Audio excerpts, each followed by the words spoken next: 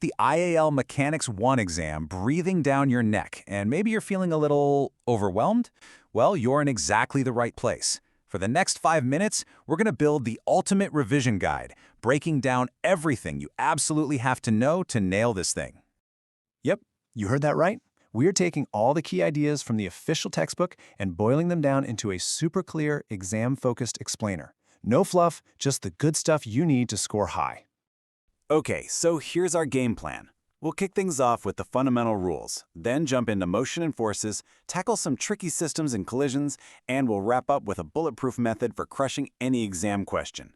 Let's do this. First things first, you gotta understand that mechanics isn't exactly the real world, it's more like a simplified model of it. And to solve any problems, we all have to agree on a certain set of rules and, well, simplifications.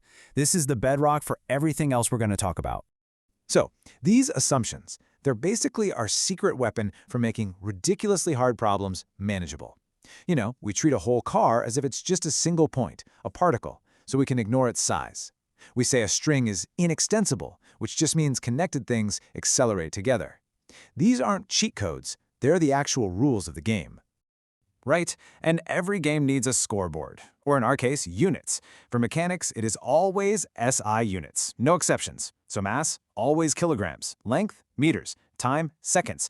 You have to be super strict about this because it's what makes sure our force is always in newtons, which, let's be honest, is just a fancy name for kilogram-meters per second squared. Get the units wrong, and your whole answer just collapses. Okay, so we've got our rules down. Now let's actually talk about how things move. This part of mechanics has a name. It's called kinematics, and it's all about displacement, velocity, and acceleration. And this is your main toolkit for kinematics, the famous 5 Suvat equations. The rule here is super simple. If you've got constant acceleration and you know any 3 of these variables, you can always find the other 2. Get these equations down, and you've basically cracked all constant acceleration problems.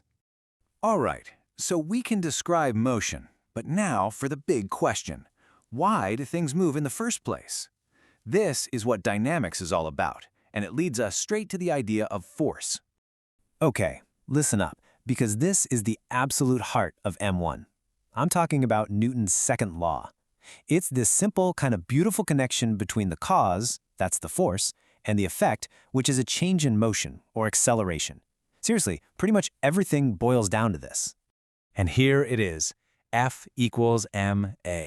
Probably the most important equation you'll see. But be careful. That F isn't just any old force. It stands for the resultant force. That's the net, overall force on an object, once you've added up all the different pushes and pulls. And this right here just goes to show you how powerful that little equation is. F equals ma isn't just for things moving in a straight line. See, force and acceleration are vectors, which means we can use this in 2 dimensions. You just break the problem down into components, and suddenly you can solve for a bunch of unknown forces, just like in this boat example. Okay, so we have the rules of the game, we've got our core equation. Now let's put them to the test on the kind of stuff you're guaranteed to see on the exam, these complex systems with connected particles, like pulleys and strings. Ah, the classic pulley problem. This looks tricky, right? But honestly, it's just 2 separate F equals ma problems stuck together. The trick is to look at each particle on its own. You write one F equals ma equation for the first mass and another one for the second, and voila! You just solve them together. So how do you know what assumptions to make? Well, the question literally tells you. When you see inextensible string, that's code for the accelerations are the same. When it says smooth pulley, that means the tension is the same on both sides. These aren't just flavor text, they are direct instructions for your equations. All right, let's switch gears. What about things that happen in a flash, like a cricket bat hitting a ball, or 2 things crashing into each other? For these moments, we need to bring in a new concept, momentum. Okay, let's get this straight. Momentum, that's mass times velocity, is something an object has. It's a property. Impulse, on the other hand, is something you do to an object to change its momentum. It's the force multiplied by the time you apply it for. But here's the cool part. Impulse isn't really a new idea at all. If you actually look at how it's derived, you'll see that the whole impulse momentum thing is just a clever rewrite of F equals ma. It's the same fundamental law, just packaged in a way that's perfect for solving collision problems. So there you have it. We've covered all the core physics. But how do you actually put all of this together when you're staring at the clock in an exam? What you need is a system, a reliable method that you can fall back on every single time. Sound familiar? You open the paper, see this massive multi-part question, and your brain just freezes. Hey, don't worry, we've all been there. The secret isn't to try and see the whole solution at once. It's to have a process and trust it. Just look at this beast of a question. You've got blocks, a pulley, friction. It looks like a total nightmare, but I promise you, with a solid method, it's just a sequence of simple, manageable steps.